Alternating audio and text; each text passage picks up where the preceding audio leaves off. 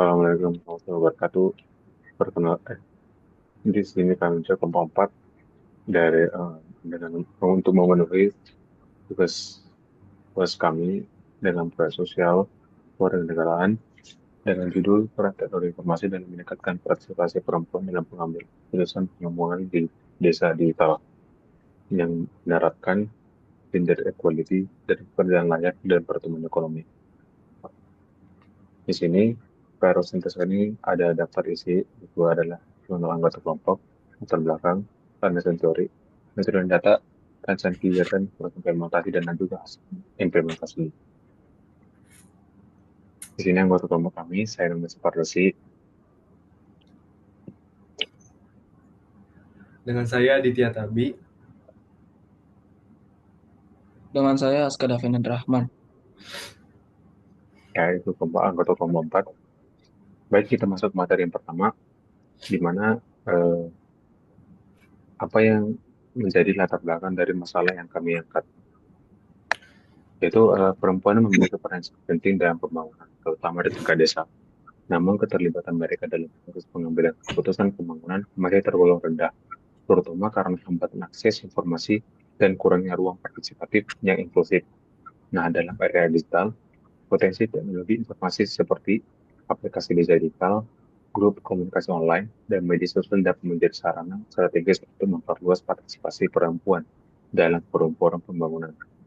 Melalui proses sosial ini, kami ingin meningkatkan kesadaran dan kemampuan perempuan di lingkungan desa untuk terlibat aktif dalam pengambilan keputusan pembangunan melalui pemanfaatan teknologi informasi. Hal ini sejalan dengan SDGs 5 dan yaitu Gender Equality dan SDGs 8 Decent Work and Economic Development yang meningkatkan kesetaraan dan partisipasi inklusif dalam pembangunan berkelanjutan.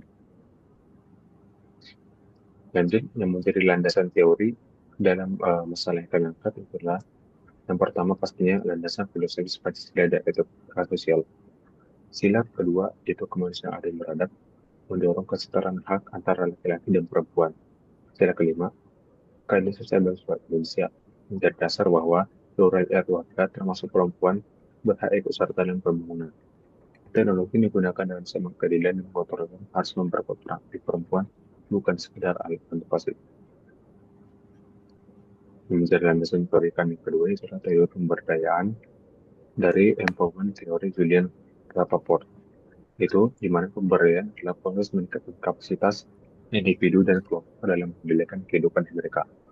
Dalam konteks ini, pemberdayaan perempuan melalui literasi digital memberi mereka alat untuk mengekspresikan suara dan mengambil peran dalam pembangunan desa. Dalam informasi bertindak sebagai media transformasi sosial yang memperkuat posisi perempuan. Berikutnya ada metode dan data.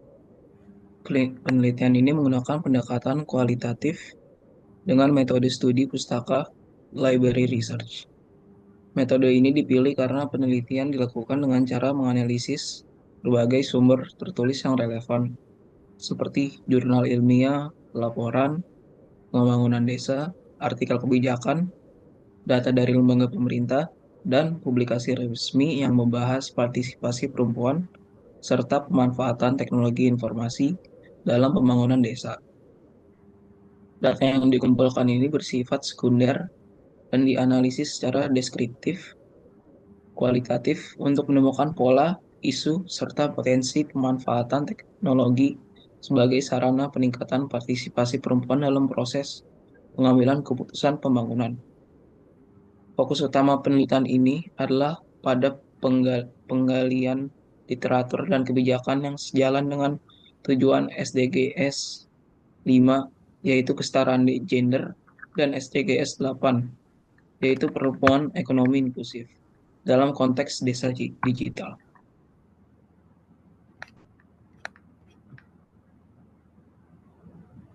Berikut ada rancangan kegiatan. Yang pertama, kita melakukan penyusunan model digital partisipatif. Hal tersebut mencakup riset mengenai perempuan dalam pembangunan, pengenalan forum digital, dan tata cara menyampaikan aspirasi secara daring. Formatnya berupa bisa PDF, infografis, dan video edukatif berdurasi pendek.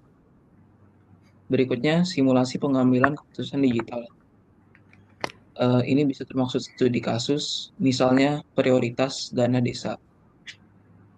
Akan disebarkan dalam bentuk Google Form, polling. Lalu ada diskusi yang dilakukan melalui grup WhatsApp simulatif yang menggambarkan musyawarah warga. Yang terakhir, ada evaluasi dan rekomendasi hasil simulasi, menyusun laporan hasil simulasi, tanggapan peserta, jumlah partisipasi, ide-ide perempuan, rekomendasi untuk desa digital agar menyertakan lebih banyak perempuan dalam kanal pengambilan keputusan berbasis TI.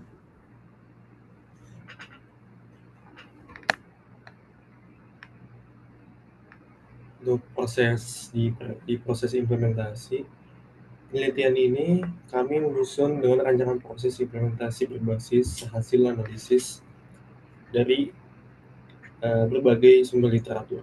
Berdasarkan studi pustaka mengenai praktik desa digital dan partisipasi perempuan dalam pembangunan proses implementasi yang direkomendasikan adalah sebagai berikut. Di antaranya yang pertama, identifikasi hambatan partisipasi perempuan seperti kurangnya literasi digital, akses terbatas ke teknologi, atau budaya yang membatasi keterlibatan perempuan dalam musyawarah desa. Lalu yang kedua, penyediaan pelatihan digital bagi perempuan yang mencakup penggunaan aplikasi WhatsApp, Google Form, dan sistem informasi atau SID. Lalu yang ketiga, pembuatan forum diskusi digital yang inklusif di tingkat RT RW atau desa, seperti grup WA atau forum daring, sebagai sarana menyuarakan aspirasi. Lalu yang keempat, dengan menyimulasikan pengambilan keputusan digital, misalnya kayak pemungutan suara melalui Google Form terkait prioritas pembangunan desa. Lalu yang terakhir, atau kelima, peningkatan keterlibatan perempuan dalam musyawarah desa digital dengan mendorong peran mereka sebagai moderator, narasumber, atau pemrakarsa isu-isu pembangunan lokal.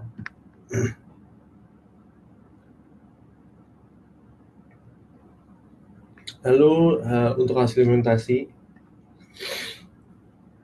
berdasarkan hasil analisis literatur dari berbagai sumber diperoleh beberapa indikasi keberhasilan program sejenis di tempat lain yang bisa jadi model bagi desa-desa lain.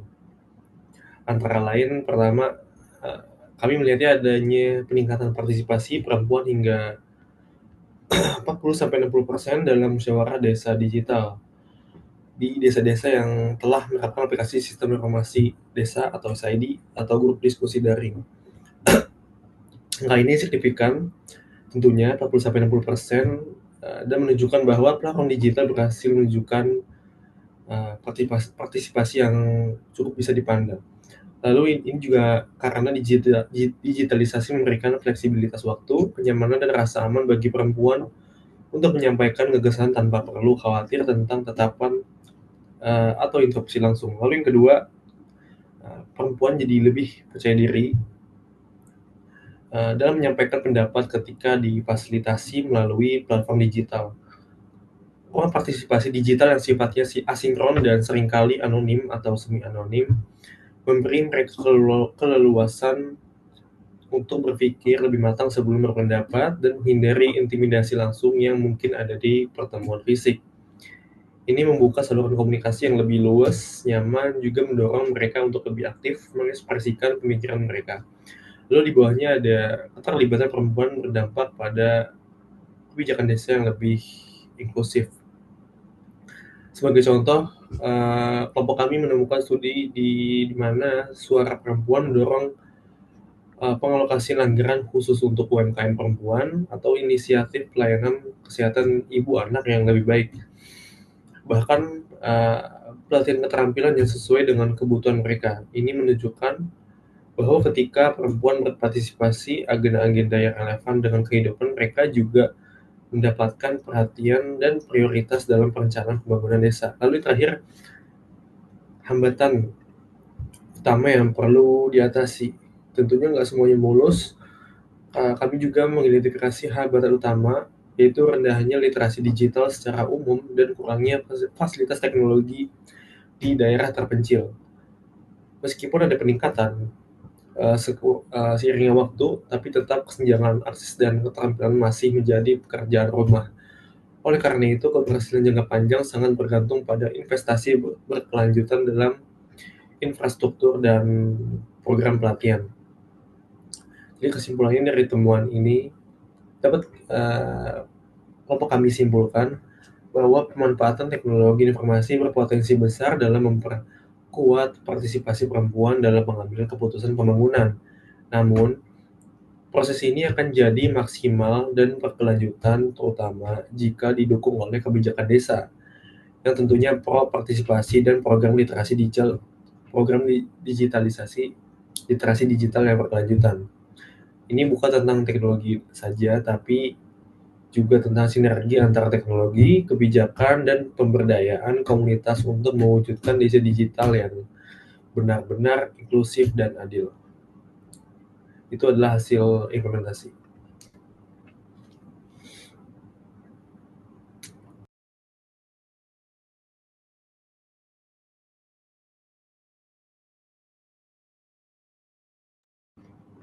Dan dari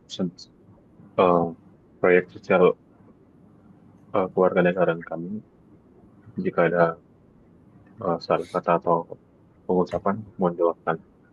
Terima kasih.